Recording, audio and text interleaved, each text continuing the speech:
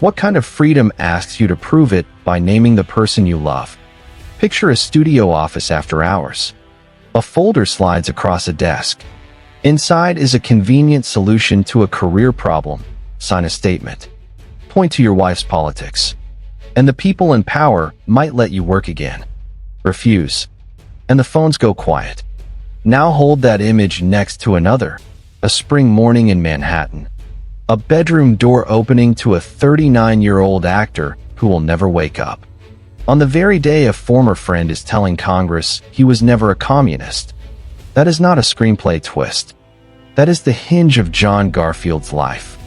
And it leaves us with a harder question for our own era of labels and lists.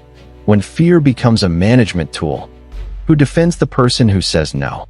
Welcome to Tragedy Uncovered, where we slow down the rush to judgment and look at what really happened to people caught in the gears of history. If you value careful facts and uncomfortable truths, you're in the right place. Please subscribe to Tragedy Uncovered so you don't miss the stories that get pushed off stage when the crowd wants an easy answer. To understand Garfield, we have to start far from the red carpets. He was born Jacob Garfinkle on New York's Lower East Side and grew up in Brownsville, where the first lesson was survival. His mother died when he was young. His father was pious, distant, and overwhelmed. A case of scarlet fever scarred his heart, a quiet injury that would keep showing up at the worst times. Teachers noticed a spark that didn't fit the usual boxes. Speech training gave him control. Stage work gave him purpose. He learned the craft the slow way listening, trimming the false note, honoring the small truths an audience can feel even if it can't explain. The group theater became an early home. It was the laboratory where intensity was not a flaw, but a tool. In 1935, he broke through in Awake and Sing, a working-class story that felt like his own reflection. Then came the kind of wound artists remember. Clifford Odets had promised Garfield the lead in Golden Boy, a part tailored to his grit. At the last minute, the role went to someone else. You can call that business. For Garfield, it was a warning about how promises bend under pressure. He didn't walk away from theater because he wanted glamour.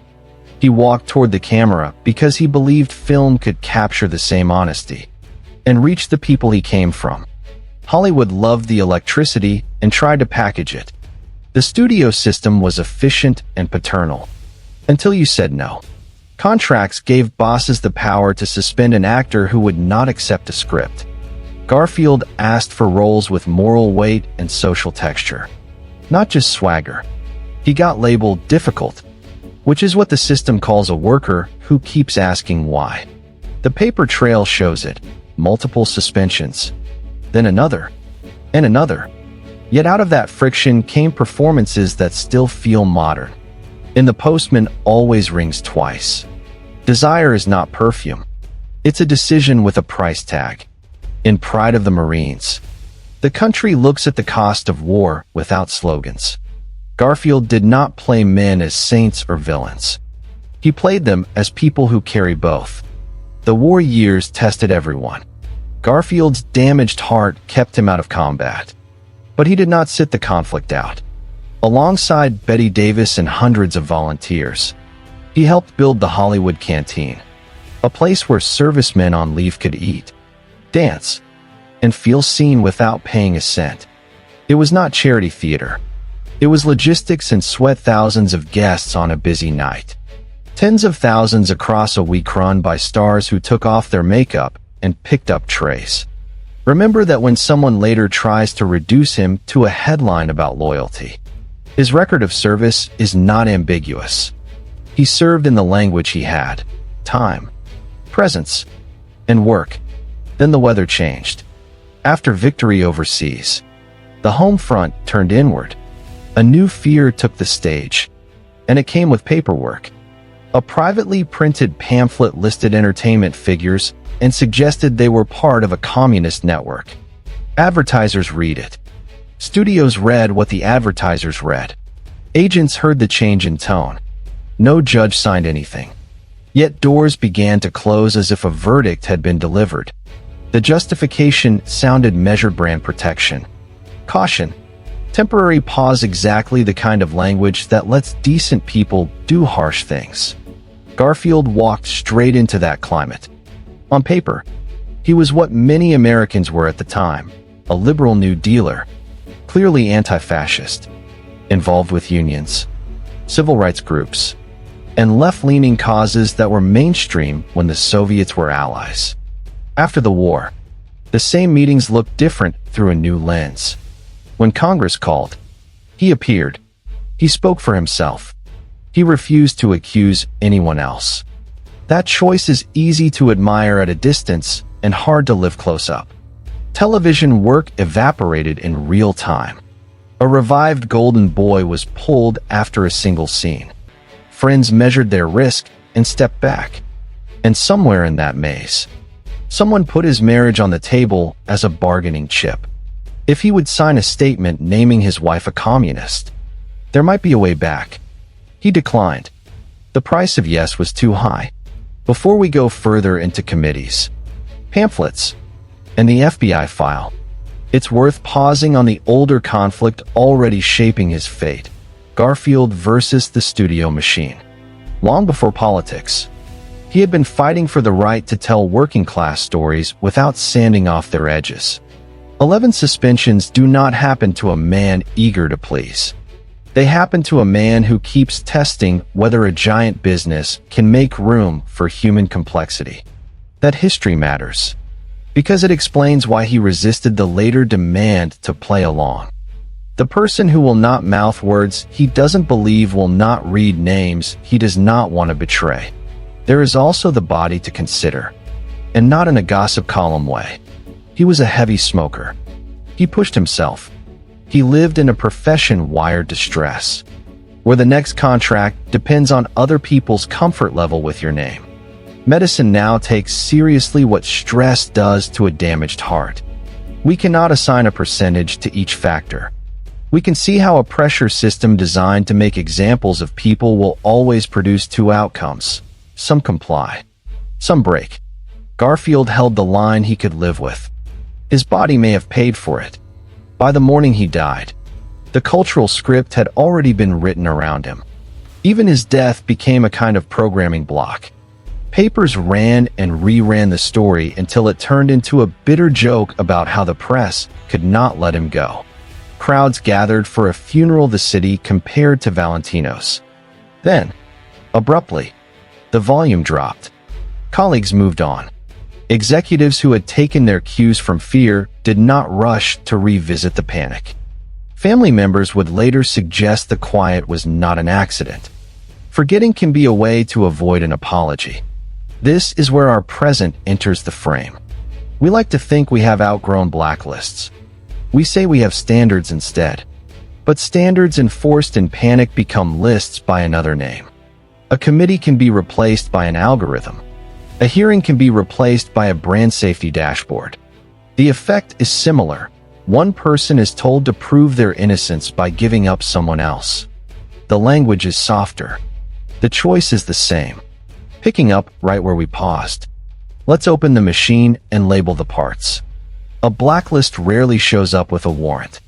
It arrives as paperwork that looks ordinary: indexes, memos, advisories, each one written in reasonable language that lets decent people do harsh things. Step 1.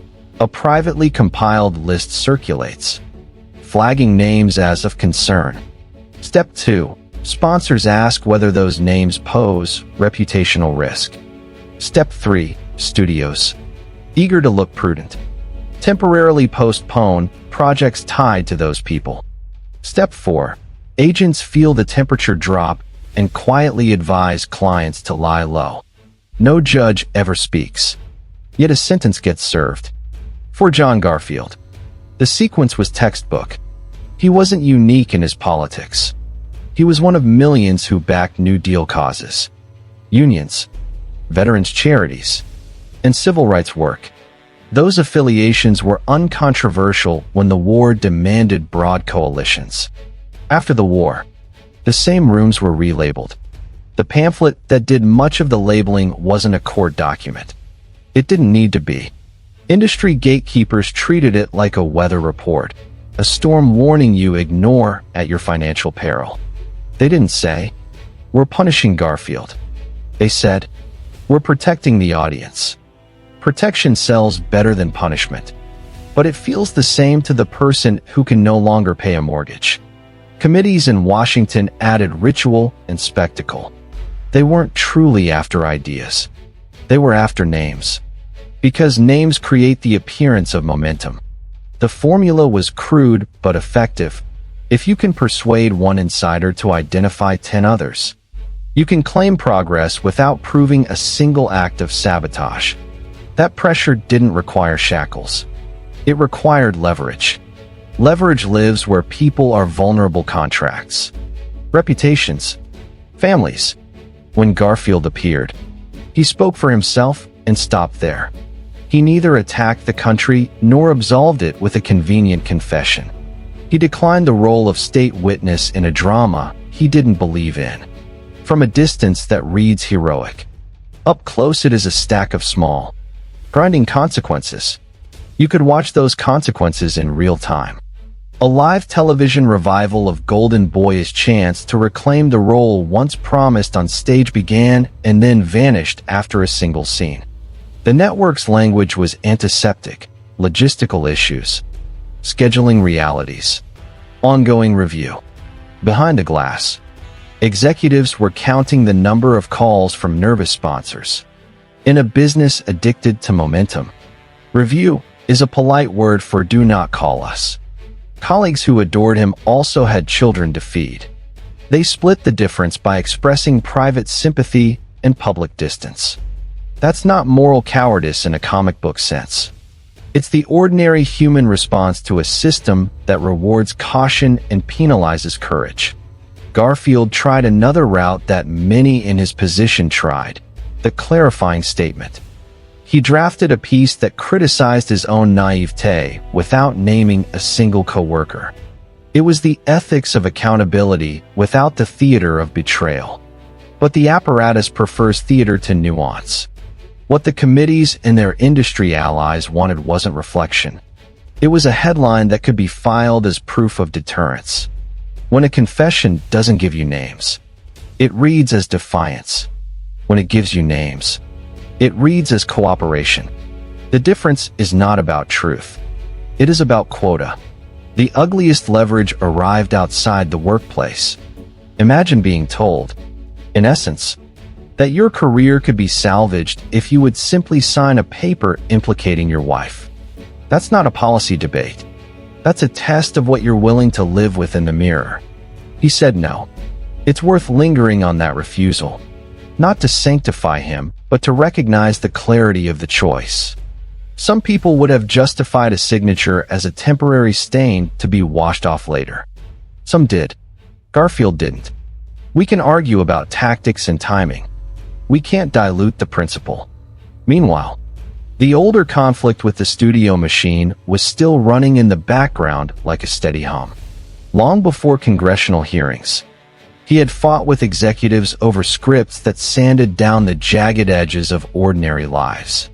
He had taken suspension after suspension rather than lend his face to stories he thought lied. That history matters because it explains his posture now. The man who wouldn't fake feeling on camera wasn't going to fake outrage in a committee room. To him, both acts violated the same covenant with the audience. Tell the truth. Or at least don't dress a falsehood as virtue. Health made all of this heavier. The heart damaged in childhood didn't become sturdier with age. Cigarettes. And the low-grade adrenaline that comes from knowing your livelihood depends on other people's fear threshold. Friends recall the routines tennis to burn off nerves. Nights of talk to keep the mind from racing. One evening he felt a chill and brushed off the idea of a doctor. Pride? Habit? The belief that rest could reset a worn circuit? By morning he was gone in a friend's apartment. At an age when most actors are just learning how to aim their power. On that very day, the playwright who once wounded him in the theater stood up and said publicly what the machine had implied, but never proved that Garfield was not a party man. The timing would feel heavy-handed if a screenwriter invented it. Life is sometimes less subtle than fiction. The press coverage swung from tenderness to fixation. There were affectionate remembrances of the tough kid who treated servicemen like family at the Hollywood Canteen. Then a flood of headlines that couldn't stop repeating the fact of his death, as if his passing were a performance that could be held over for another week. Crowds lined the streets in numbers the city hadn't seen since Valentino. And then silence. Executives who had followed the wind of caution weren't eager to revisit their part in a panic. Colleagues found kinder ways to say the same thing. He died young. He didn't have time to build the myth. His daughter, and others who refused easy answers, offered a harsher reading. Forgetting was convenient. Why walk through these mechanics in such detail? Because understanding the machinery prevents us from blaming outcomes on personality alone. Yes, Garfield was strong-willed. Yes, he made choices that increased his exposure. But a sturdy system should be able to accommodate a strong-willed artist without demanding ritual self-betrayal. When a culture cannot do that, the problem is not the temperament of one actor. It is the architecture that forces citizens to prove loyalty by wounding each other. The test is bad even when coerced signatures never lead to prison. It is corrosive precisely because it sounds respectable brand safety. Caution, temporary pause. And that brings us to the harder continuity with our own time. We don't have the same pamphlets. We do have dashboards that rate suitability. We don't convene hearings as often. We do outsource risk judgments to automated systems that accelerate suspicion and freeze nuance. The essential pressure hasn't changed. Prove you're safe by distancing yourself from anyone deemed unsafe. You can call it prudence. You can also call it a soft blacklist. We've talked about the weather. Now let's map the people who had to live in it. John Garfield's story isn't a lone hero narrative. It's a crowded room teachers who taught him how to speak, collaborators who sharpened his instincts, executives who measured him in quarters and weekends, organizers who shared his causes, and investigators who reduced all of that to a file. When you trace those lines, you see how a community can build a conscience and how the same web can tighten into a snare. Start with the early scaffolding. Before there was a movie star, there was a New York kid whose voice outran his discipline. A principal who believed in rough diamonds steered him toward the stage. A speech coach gave him tools to bend breath and silence into meaning. Those weren't cosmetic lessons. They trained a reflex. Don't fake it. Find it. That ethic made him magnetic later. But it also made him allergic to official scripts. Whether those scripts came from a studio publicist or a congressional staffer, the next circle was the group theater. A workshop that prized authenticity over polish. Names you know from acting history: producers who could sniff truth, directors who built performances from the inside out, writers who wrote like they were cross-examining themselves gave Garfield a home. He blossomed in that pressure cooker with working-class material that fit like a second skin. Then came the break in trust, Golden Boy, a role he'd been led to believe was his. When elsewhere, people from the outside sometimes shrug, that's show business. Inside the community, it landed as a lesson about how ideals bend under expedience.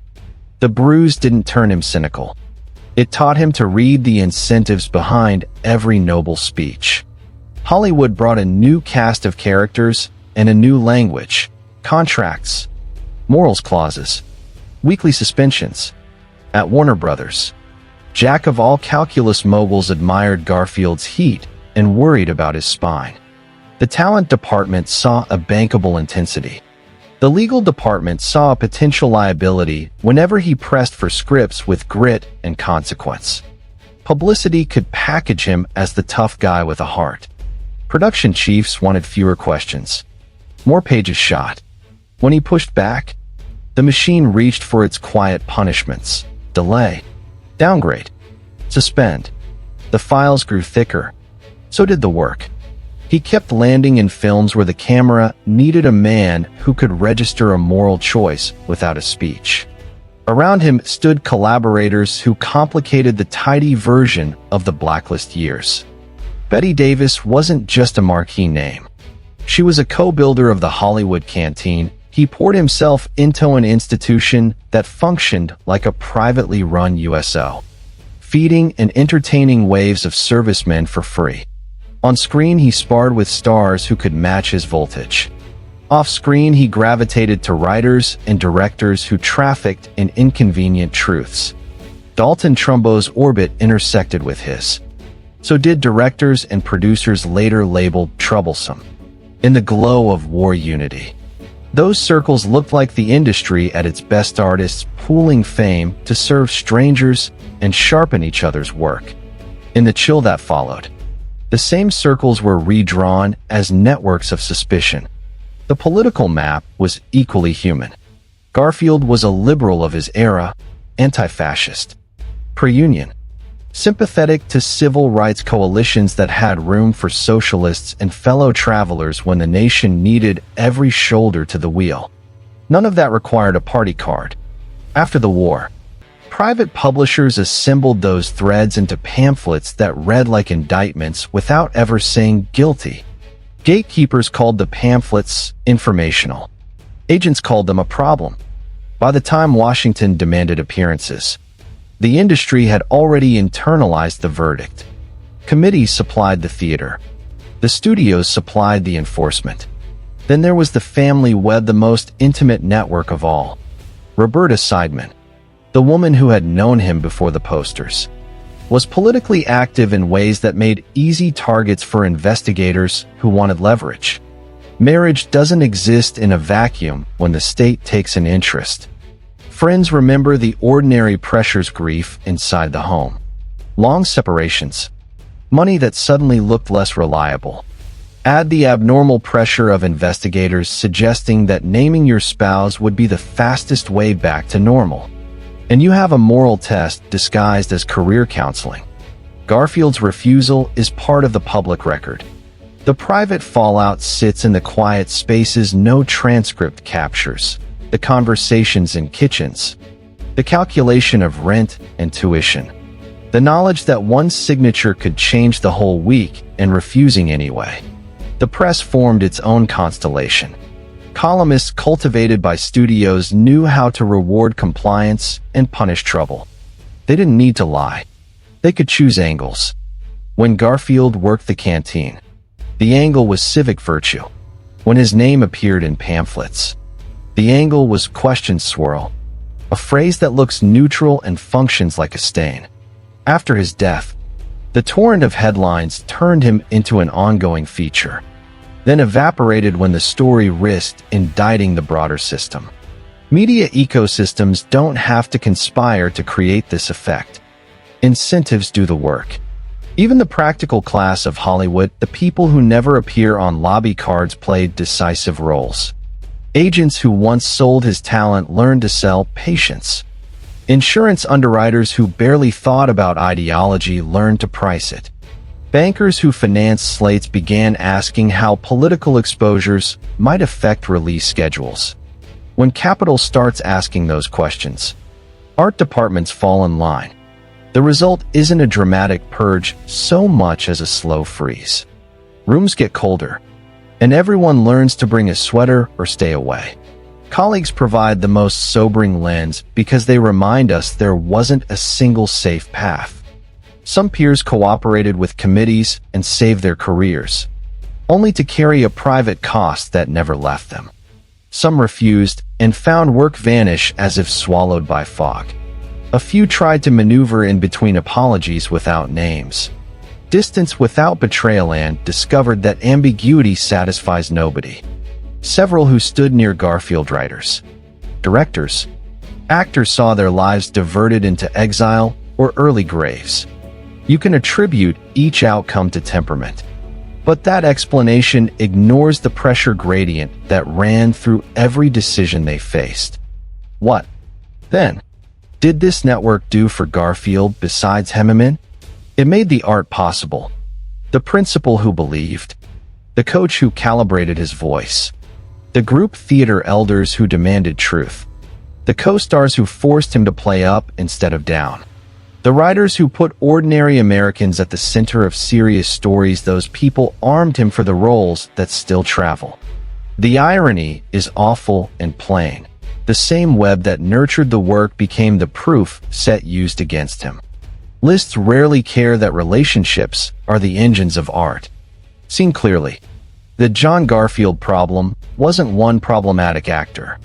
It was a community in a panic teaching itself to treat human connection as liability. The more intertwined you were artistically, politically, personally, the easier it became to draw a map and call it evidence. Garfield's choices make sense inside that map. He protected the bonds he considered sacred and absorbed the penalties for doing so. Whether you admire that or think it was tactically foolish, it tells you what kind of citizen he wanted to be in the world his work described. Not a saint, not a martyr, but a man who would not turn relationships into currency. First, the foundation years. 1913, a child arrives on the Lower East Side, loses his mother early, learns that a raised eyebrow can be safer than a raised voice. A bout of scarlet fever leaves a hidden seam in his heart. School becomes the place where one adult notices that the kid who argues too fast might be an actor in embryo. A speech coach teaches him how to turn breath into intention. These facts do more than texture a biography. They set two long arcs in motion, an ethic of truth-telling on stage and a body with less slack than most. Now the crucible. Mid-1930s New York. The group theater era. Garfield finds a home in a company that prizes lived-in honesty over polish. He breaks through in working-class roles because he actually understands the rooms those men inhabit. Then a promise bends, golden boy, long implied as his, goes elsewhere. People outside the business file that under disappointment. Inside, it files under change your strategy. That swerve toward film isn't a chase for glamour. It's a hunt for reach. The camera can do what a proscenium can't catch, the split-second decisions in a face that hasn't decided whether to fight or fold. Hollywood's welcome arrives with a contract and a leash. Late 1930s into the early 40s. A new star whose value sits in the gap between toughness and tenderness. The work lands because he refuses to butter the truth. But that same refusal collides with an assembly line that wants reliable product. Suspensions pile up because he keeps asking for scripts with moral weight. Cause and effect are simple here. A conscience that made the performances sing also made employment fragile. He'd rather take the hit than sell a soft lie about hard lives. The price is counted in missed paychecks and labels like difficult. Labels that later help outsiders accept his exile as somehow earned. War reshuffles everything. 194245. He can't serve in combat because of the heart. So he serves where he can't go, founding a canteen that runs on stamina and logistics more than applause. Numbers matter here because they answer the future smear. Thousands of servicemen a night. A civic factory powered by volunteers in tuxedos and aprons. The effect on his reputation is paradoxical. To ordinary people, this is proof of character. To bureaucracies, service of this kind doesn't offset later suspicions. It simply coexists with them. Because different ledgers are kept by different bookkeepers. Postwar becomes the hinge. 194649. A run of films that cut close to the bone, desire with consequences. Patriotism without varnish. At the same time, the country's mood slides from Allied solidarity to Cold War suspicion. The same fundraisers and coalitions that once signaled civic engagement now read as political risk. A privately printed index of concerned names starts doing the social work of an indictment. The timeline matters. By the moment the pamphlet circulates, studios have already taught themselves to treat caution as virtue. Sponsors ask questions not because they know a fact, but because they fear a headline. The causal gear clicks. a list begets calls. Calls beget postponements. Postponements beget silence. 195051 is the procedural phase. Committees request appearances. The ritual is familiar. Swear in. Praise the nation. Accept the premise. Name names. Garfield will do the first 3 and stop at the 4th. That decision is not an act of grandstanding. It's a continuation of an older habit, refusing to deliver lines he doesn't believe. The immediate consequence looks small on paper and enormous in a life. A live television revival is yanked after a scene. The phone cools. Another consequence is harder to see. Pressure slips from public to private. If you'll sign a statement about your spouse, there might be a path back. He declines. This is where causation runs through a kitchen table. A man chooses what he can live with. The market chooses what it will tolerate. May 1952 collapses the arcs. He pushes through a day like many others exercise to quiet the nerves. Cigarettes that do him no favors. A night where he feels off and waves away a doctor because men of his generation often did. Morning comes and doesn't find him. On that same day, a playwright who once cut him deep in a casting decision stands up and says aloud what the Whisper Network never could prove. He wasn't a party man. The timeline here bruises because it suggests 2 kinds of clearance: medical and reputational erring in opposite orders. Exoneration lands after the funeral. The effect isn't just tragic. It's diagnostic of a system that learns the truth only once it's safe to know it. What might have changed the ending? Counterfactuals are not verdicts, but they can expose hinges. If Odets had kept his promise years earlier, maybe Garfield stays anchored to the stage long enough to avoid the studio collisions that hardened his difficult file.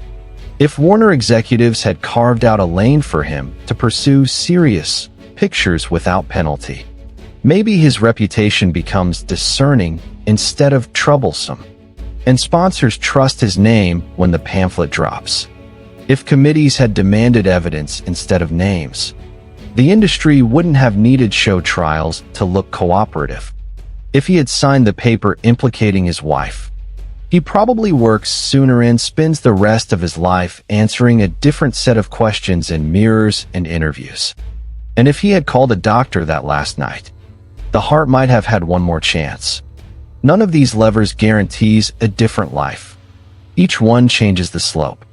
There's also the broader causation we resist because it diffuses responsibility. The press didn't need to lie to help the panic. It only had to prefer conflict to context. Sponsors didn't need to hate anyone. They only had to fear phone calls. Studios didn't need to punish.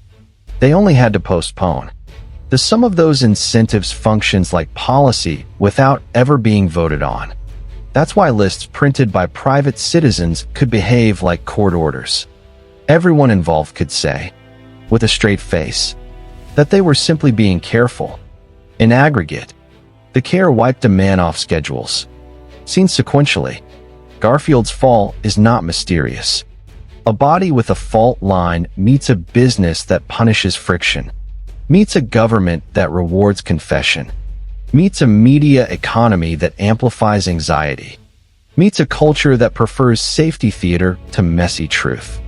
His choices about scripts, about colleagues, about his spouse were consistent across those environments.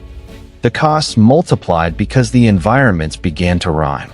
The through line is refusal to fake art, refusal to sell out relationships, refusal to accept that fear sets the terms of citizenship. You don't have to agree with every stance to see the steady hand on the wheel. Start with the boxer in body and soul. On paper, it's a sports picture. On screen, it's a study in corruption sewn into opportunity. Garfield's fighter isn't a cartoon saint ruined by money. He's a working-class driver who wants out of scarcity and learns one compromise at a time what it costs to get there. Watch the way he accepts dirty terms and then discovers the bill includes his sense of self. It's not an anti-capitalist sermon or a cynical shrug. It's a moral autopsy of how deals are structured to make ordinary men complicit. That's the through line of Garfield's best work. He doesn't perform innocence or villainy. He performs the erosion. Shift to the Postman Always Rings Twice. Desire here isn't perfume. It's gravity. Garfield's drifter doesn't posture as a noir demigod. He looks, hesitates, convinces himself the decision is exceptional and therefore excusable, and then keeps walking because the next step is easier than turning back. The performance understands something committees never do. People don't become guilty in a speech. They slide there in increments. When the Blacklist later demanded sudden, performative absolutions, it misread human nature in exactly the way Garfield's art refused to. Pride of the Marines asks a different kind of honesty. Instead of mythologizing heroism, it gives you the cost of injury, adjustment, the indignities of rehabilitation. Garfield doesn't sand down the frustration or the pride that won't ask for help. He holds both. That duality mattered in the 1940s, when a country needed to see the human being inside a uniform. It matters now because it contradicts the later caricature that he was somehow un-American. Few actors of the era put working people on screen with that mix of respect and scrutiny. Look at The Breaking Point. It's a film about money, obligation, and the slow squeeze of limited options. Garfield's boat captain isn't a rebel looking for trouble. He's a provider who watches legitimate avenues close until illegitimate ones look like the only doors left. The decisions he makes feel less like plot beats and more like whether the economic kind that soaks you whether you voted for it or not. When people argue that Garfield should have simply adapted to the Blacklist, remember how often his characters are scripted into corners by systems that claim to be neutral. Adaptation in those worlds means learning which parts of yourself to amputate. Then there's He Ran All the Way, the Hunted Man story released just before the net tightened. You can read it as genre. You can also see it as the most intimate premonition in his filmography, a man trapped in a shrinking space, trying to negotiate with fear while keeping a shred of agency. The performance doesn't ask you to condone his character's choices. It invites you to feel the pressure that makes bad choices plausible. That, again, is the thing Blacklists hate. They thrive on binaries. Garfield's work disassembles them. Even Gentleman's Agreement, where he's not the lead, fits the pattern. The film takes on social prejudice that polices belonging with polite euphemisms. Garfield's presence inside that narrative reminds you why he was never going to excel at respectability theater. He had a talent for making audiences notice the line between public manners and private rules, and once you notice that line, you stop believing tidy explanations. If we place these films against the arc we traced earlier, a few patterns emerge. First, the creative and the ethical aren't separate tracks. Garfield's insistence on material with stakes wasn't an eccentric taste. It was the same muscle that later refused to turn colleagues into bargaining chips. Second, the institution's response was consistent too. Whether the friction came from a script note or a subpoena, the machine reached for the same remedy: mute the outlier, relabel him as difficult, and move on. Third, audiences, especially those who knew the world his characters inhabited, responded because they recognized themselves. The critics of his day often praised the intensity while fretting about the roughness. Ordinary viewers recognized the roughness as the point. Why, then, did his reputation dim faster than some peers? Age is part of it. Dying at 39 means never getting the late career roles that calcify legend. But there's a cultural piece we shouldn't dodge. The films asked viewers to examine the small compromises that build a life. That's bracing in a theater. It's uncomfortable in a climate of loyalty tests. Once the Blacklist era hardened its categories: safe, unsafe, cooperative, suspect there wasn't much room left for an artist whose signature move was to complicate motives. The industry quietly closed a drawer and labeled it yesterday. There's also the media economy to consider. During the panic, column inches rewarded decisiveness, not nuance. Stories that resolve in moral clarity earn clicks and calm sponsors. Stories that insist on ambiguity do neither. Garfield's work refuses the quick close. He lingers on faces after the decision, letting you watch the cost arrive. That cinematic habit doesn't age badly. It ages inconveniently. When a culture wants to believe it handled a crisis cleanly, it doesn't keep revisiting films that say the crisis began at the kitchen table and inside the payroll office. This is where the audience you're part of, viewers who remember early television and the tail end of the studio era, carry a special vantage point. You've seen this pattern repeat in different clothing, moral panics that flatten context, institutions that outsource judgment to checklists, the quiet rewriting of history after the threat passes. Garfield's filmography functions like a counter-narrative. It reminds you that individual dignity often looks messy. That courage can sound like no at the worst possible moment. And that communities stay healthy when they can hold competing truths without demanding ritual confessions. None of this means sanctifying the man. It means reading the work as evidence. When you watch those performances back to back, you see a consistent interest in the gray space where people actually live. You also see why a Blacklist needed to make him a symbol. Symbols are easier to file than humans. The films won't let you forget the human. We've tested the films against the man. Now let's test the man and the films against the institutions that judge them. Blacklists don't survive on malice alone. They survive on explanations that sound responsible. The committee said they were defending the nation. Studios said they were protecting audiences and investors. Advertisers said they were minimizing risk. Editors said they were reflecting legitimate concern. Each statement is tidy taken alone. Layer them, and you get a climate in which a citizen can lose his livelihood without a single provable act, only an accumulation of proximity, suspicion, and silence. Start with Congress. The hearings were framed as fact-finding, but the format rewarded confession over proof. If a witness named names, the committee could claim progress. If a witness declined, the committee could label him uncooperative. Either way, the theater produced a headline. This is a structural problem, not a partisan one. A forum that prizes symbolic gestures will always tempt participants to trade precision for spectacle. Garfield walked into that room with the habits he built on stage. Say what's true. Refuse what is and Tan discovered that the rules of drama had been inverted. He wasn't asked to perform honesty. He was asked to perform compliance. The difference matters. And it cost him. Studios had their own creed, risk management. Executives used words like stewardship, fiduciary duty, and brand integrity. None of those are villain words.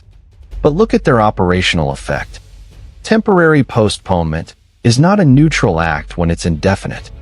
Awaiting clarity is not a neutral metric when clarity depends on satisfying a demand you believe is unethical. The system outsourced moral judgment to a pamphlet and then called the resulting cancellations business decisions. When a corporation defines ethics as the avoidance of heat, principled people become heat sources by definition. Advertisers and underwriters completed the circuit. For them, reputation is a line on a spreadsheet. They don't need to adjudicate truth to influence outcomes. They can simply price fear, raise the cost of uncertainty around one name, and watch how quickly those responsible for greenlighting projects conclude that it's smarter to wait. This isn't a conspiracy. It's a feedback loop. The more expensive a name becomes, the easier it is to justify not hiring the person who carries it, which in turn confirms the original fear. You can be owed a job by your talent and still be denied one by someone else's spreadsheet. The press functioned as multiplier. Newspapers didn't have to fabricate to damage. Selection and emphasis did the work. A feature about Garfield's service at the Hollywood Canteen felt earnest in 1944. A brief about unanswered questions felt prudent in 1951. After his death, the coverage moved from public mourning to a kind of serialized fascination, a demonstration of how grief and spectacle can blur. Then, when the story turned toward institutional responsibility, the column inches thinned. An industry that thrives on tomorrow's angle rarely rewards yesterday's accountability. Colleagues faced choices no one envies. And the record shows 3 recognizable strategies. Some cooperated fully, named names, and kept working. They survived professionally and paid personal costs that echo through their obituaries and memoirs. Some refused categorically, accepted exile, and lived with the integrity that didn't buy groceries. Others tried to split the different statements of regret without accusations, distance without denunciation. That middle lane satisfied almost no one. If you believe the committees were necessary, half measures looked cagey. If you believe the committees were wrong, half measures looked cowardly. Garfield's refusal sits where his art sits, on the unfashionable side of clarity. He would not convert relationships into transactions. Zooming out, you can see why his story keeps resurfacing when new suitability regimes appear. Institutions love checklists because checklists create the feeling of control. But checklists flatten context. They turn histories into boxes, people into risk levels, art into inventory. Garfield's career is an argument against that flattening. In Body and Soul and The Breaking Point, he plays men navigating structures that claim neutrality while quietly funneling them toward bad bargains. In Life, he navigated an industry that claimed neutrality. We're just keeping donors comfortable while quietly enforcing a political test. The rhyme is uncomfortable because it's precise. This is where older viewers, people who remember the studio era's last gasp and the birth of television, can offer a corrective to the present. You've watched cycles of panic teach institutions to prioritize optics over judgment. You've seen how apologies issued under pressure age poorly and how moral clarity announced in a hurry turns brittle under scrutiny. You also know the quieter harms, the friendships that evaporate, the artists who vanish from schedules but not from memory, the way a community learns to speak in careful euphemisms that make future courage harder. Garfield's case is not just a cautionary tale about government overreach or corporate timidity. It's a map of how decent people, one prudent decision at a time, can collaborate in erasing someone they never intended to harm. If we're serious about learning from it, a few hard questions follow. What would due process look like in cultural life, where courts aren't the venue and speech is the commodity? How do we separate principled standards from panic-driven policing? Can a studio pledge that no contractor will ever be asked to implicate a family member or colleague as a condition of employment? Will outlets commit to follow-up reporting when an accusation is softened or withdrawn, not just when it is made? These are not rhetorical flourishes. They are design choices. The institutional architecture we build decides whether the next Garfield has to choose between his livelihood and his conscience. It also decides what kind of art we get. Safety theater doesn't just trim a payroll. It trims a repertoire. When risk departments rule the slate, stories about ambivalence and hard bargains lose oxygen because they don't soothe.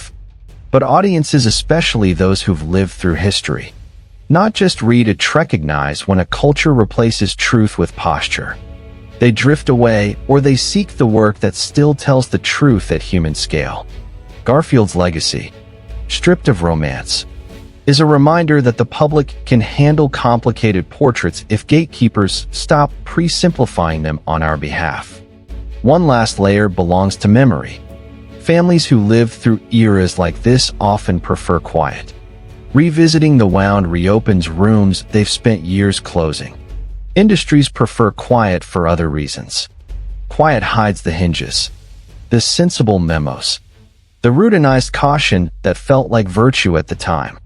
The task for anyone who cares about culture is not to keep the wound raw. It's to keep the record honest. That means refusing the easy alibi that says it was a different time. Times don't act. People do.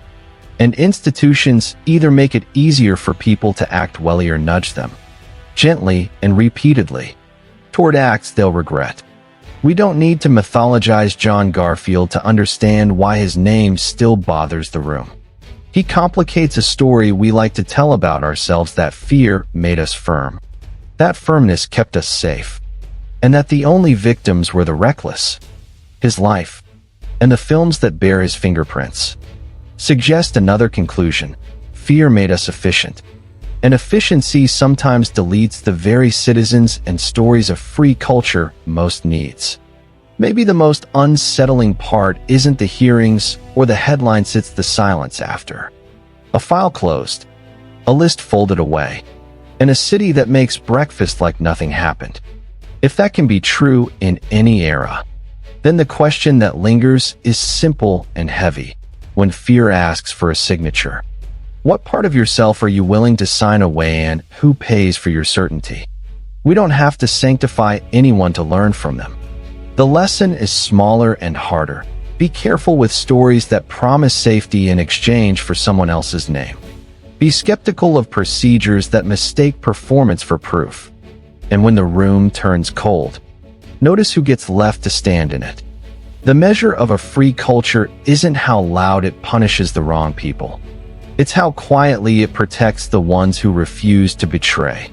Thank you for staying with us to the very end. Subscribe to Tragedy Uncovered so you don't miss any hidden truths.